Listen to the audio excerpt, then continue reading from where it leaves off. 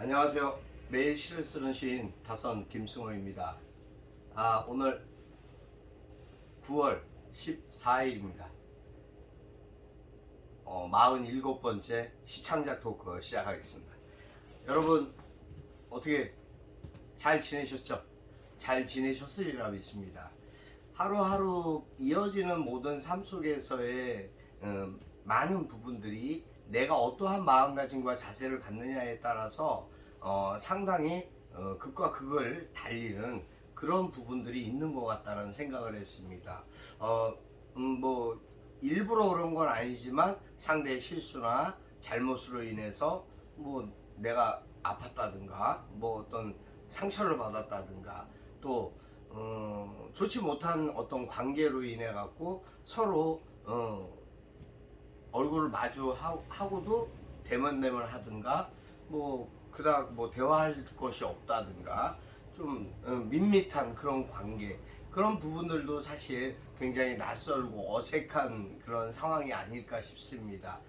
물론 뭐 내가 무엇을 잘못했기 때문에라기보다 상대방이 그냥 성향이 그래서 말 수도 없고 그닥 그렇게 뭐 이렇게 친밀감 있고 그런 스타일이 아니다 보니 또 그것이 성별이 또 달라서 그럴 수도 있는 거고, 같은 직종에 있고 같은 종사 일을 하는 사람끼리도 그 간에 서로에 대한 생각의 그 갭이 크다 보니까 자기 주체성과 사고에 따라서 사람은 상대하는 부분이 많이 달라지는 것이 아닐까, 그 편차는 어찌할 수 없지 않을까라는 그런 생각을 해봅니다. 똑같은 부분을 보고 생각하고 가다듬고 그것을 표현하는 그런 부분들조차도 시인은 어떤 부분으로 바라보는 것이 좋을까요?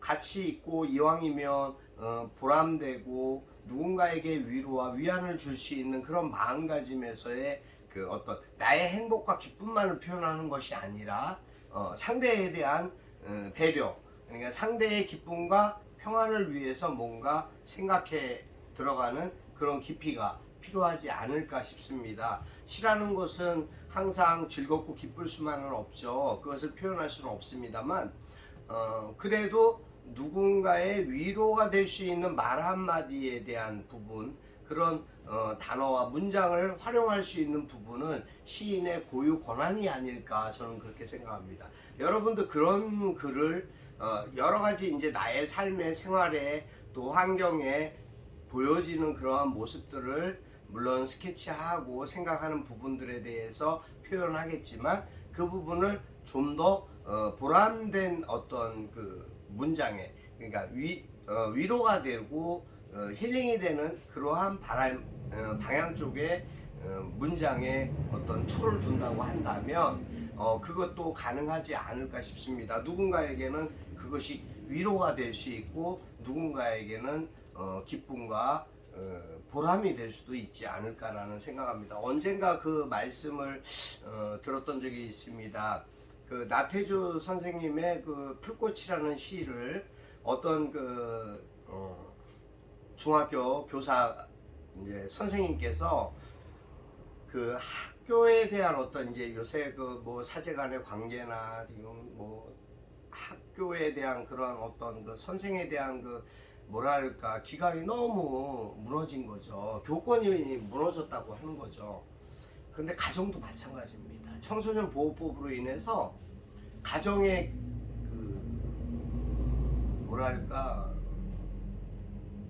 가정의 교육, 가정 교육의 그 어떠한 중요한 부분도 어떻게 보면 그 폭력이라는 단어 하나에 다 싸잡아서, 그러니까 가정 교육 자체가 무너졌습니다.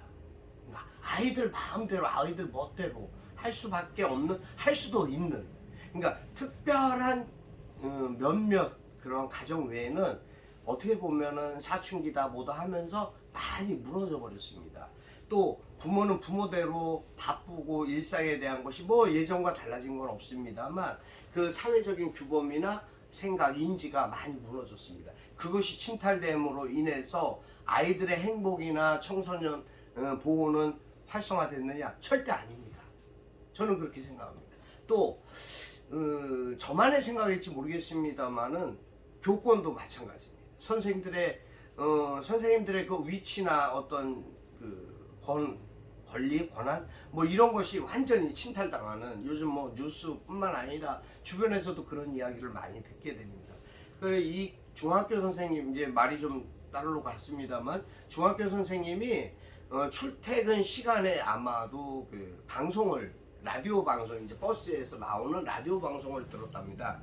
근데 그 라디오 방송에서 풀꽃이라는 시를 접하면서 자세히 보아야 이쁘다, 오래 보아야 사랑스럽다, 너도 그렇다. 그 너도 그렇다는 한마디에 자신이 학교를 그만두고자 했던 진짜 자살까지 하고자 했던 그런 마음들을 깨끗이 잊어버린 겁니다. 근데 한 번 듣고 깜짝 놀랐는데 저게 뭐지? 무슨 소리지? 라고 그 선생님이 시에 대해서 관심이 없으셨던 분이니까 그랬을 수 있죠. 근데 그분이 퇴근 시간에 라디오에 또 그 멘트가 그대로 나오더랍니다. 그때 그 선생님이 이건 나를 위한 말이구나.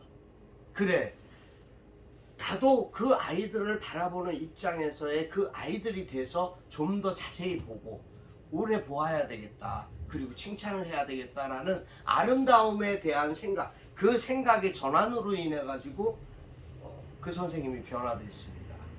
그 선생님이 변화되니까 어떠한 부분이 변화됐을까요? 학교의 학생들이 변화가 된 겁니다.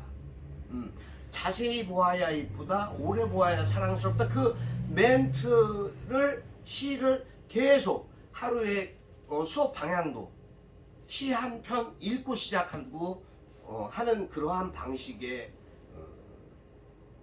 수업 방식을 택하고 이분이 달라지면서 학생들이 달라지고 그때부터 아이들이 그렇게 사랑스럽고 이쁘더랍니다. 무엇이 달라졌을까요? 환경? 아니요. 아무것도 달라진 것은 없습니다. 근데 그 마음에 시라는 생명이 들어간 거죠. 그 감성이 이 안에 꼭 갇혀 있었던 선생님의 감성을 터치했던 거라고 저는 생각합니다. 여러분, 시 한 편이 이렇게 소중합니다. 시 한 줄이 여러분의 삶을 바꿀 수도 있습니다. 여러분 도전해 보십시오. 시인은 누구나 할 수, 될 수 있다. 네. 오늘 제가 그래서 오늘 제 시는 좀 신기한 이름의 꽃을 보았습니다. 꽃봄의 꼬리입니다. 꽃봄의 꼬리라는 꽃입니다. 그 꽃을 보고 제가 쓴 글입니다. 꽃봄의 꼬리, 다선, 김승호. 범의 꼬리를 닮았나? 문지리에서 보고 당포성에서도 보고 여기저기 피어난 분홍빛 상드리에 같은 내 모습이 곱다. 가슴 가득 핑크빛 사랑으로 물들었으면 그랬으면 좋겠다. 사람 없는 곳이 조용한데 사람 많은 곳에는 그 나름의 멋과 풍미가 있어 그 또한 좋다. 살면서 옆지기의 기쁨을 위해 고단함을 누리는 것, 그 또한 가치 있는 것이 아닌가. 삶은 더불어 꾸준히 좋은 길을 걷는 것이다. 평화, 그 소중함을 위하여. 여기까지입니다. 그 문지리라는 곳이 있었습니다. 문지리라는 곳이 있습니다. 파주에 있습니다. 문지리라는 곳에 헤일이 가는데 이제 그 문지리라는 곳이 있는데 아주 그 마을 이름을 명칭을 딴 카페가 어마어마하게 그 카페를 선전하는 건 아닙니다. 어마어마하게 크기도 크지만 참 많은 인파가 있었습니다. 이제 그 오죽하면 직원분이 평일날 오시면 좀 한가해요 그러더라고요.